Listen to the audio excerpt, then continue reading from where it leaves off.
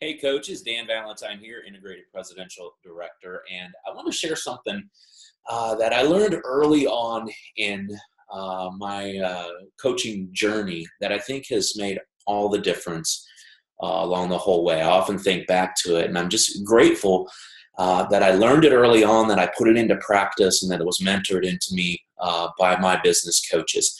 And that is how to manage your disappointment. You know what? The truth is, disappointment is a fact of life. It's going to happen, especially if you set out to do something big and set out to help a lot of people, build a big business, make a difference.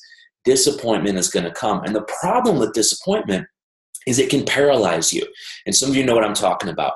That first time that you picked up the phone to tell somebody about this great plan that's going to make a difference in their life, or this coaching opportunity, and they told you no.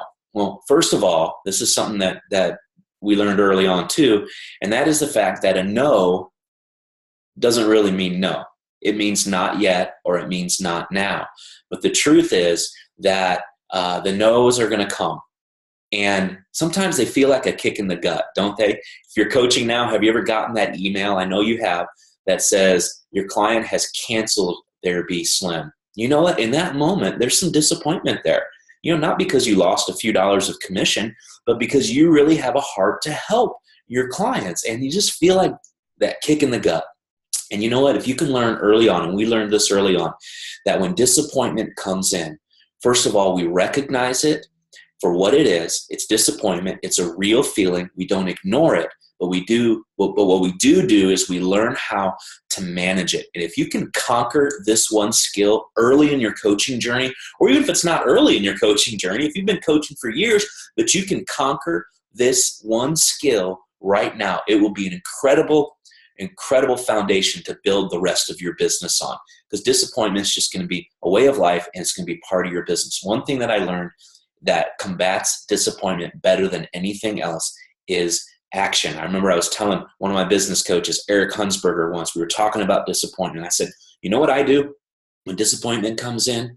Instead of allowing it to paralyze me, I decide that I'm going to do 10 times the action. So as soon as I feel that disappointment come in, you know what I do is I make a decision, I sit down, I create a list, I start contacting people, I reach out, and then what happens is you'll discover when you get into action, into massive action, that disappointment dissipates. And not only that, but because you're in massive action, you start to get some wins under your belt, and that helps drive away the disappointment as well. So disappointment's gonna come, but you have to know how to manage it. Recognize it for what it is and go after it with both guns blazing, and decide you're not going to let it paralyze you. You're not going to let it make you quit. You're not going to let it have you sit back. You're on mission, and there are people out there that need what we have. So manage your disappointment. One more thing that I want to add that's really big too is a lot of times we can get disappointed in ourselves. Now, you know what? I think, if you didn't put the action in, if you didn't plant enough seeds, maybe you didn't do everything that you could have done to build your business. Disappointment's going to come, and you can be disappointed in yourself for a minute, but don't let it rule your life. I want to ask you a question. When's the last time that you physically fell down? Now, I want you to think about this. I mean, honestly, when you actually physically, not metaphorically, but you fell down. For me, it was the other day right outside here in our stairwell. I remember I was coming down the stairs and my feet slipped out from under me. Boom, boom, boom, boom. I mean, the neighbors must have heard it. And what happens when you fall down? You look around to see, who noticed that? Who saw that? Luckily, nobody was home, or it would have freaked out my family. But I remember, I got up as quick as I could. Now, what I want you to think about is whatever that time was that you fell down last, the very last time. You got it in your mind? What would have happened if you stayed down? Right now, where would you still be sitting? I would still be sitting on those stairs out there if I stayed down. And you know what? One of the best ways to manage disappointment in yourself is to get up. And maybe you are disappointed in yourself. Maybe you haven't built the business as fast as you wanted to. Maybe you chose that favorite TV series to watch every night instead of investing in changing people's lives. You know what? It is what it is. Nobody's ever figured out a way to go back and change their past. but you can determine what your future is going to be based on what you decide to do right now.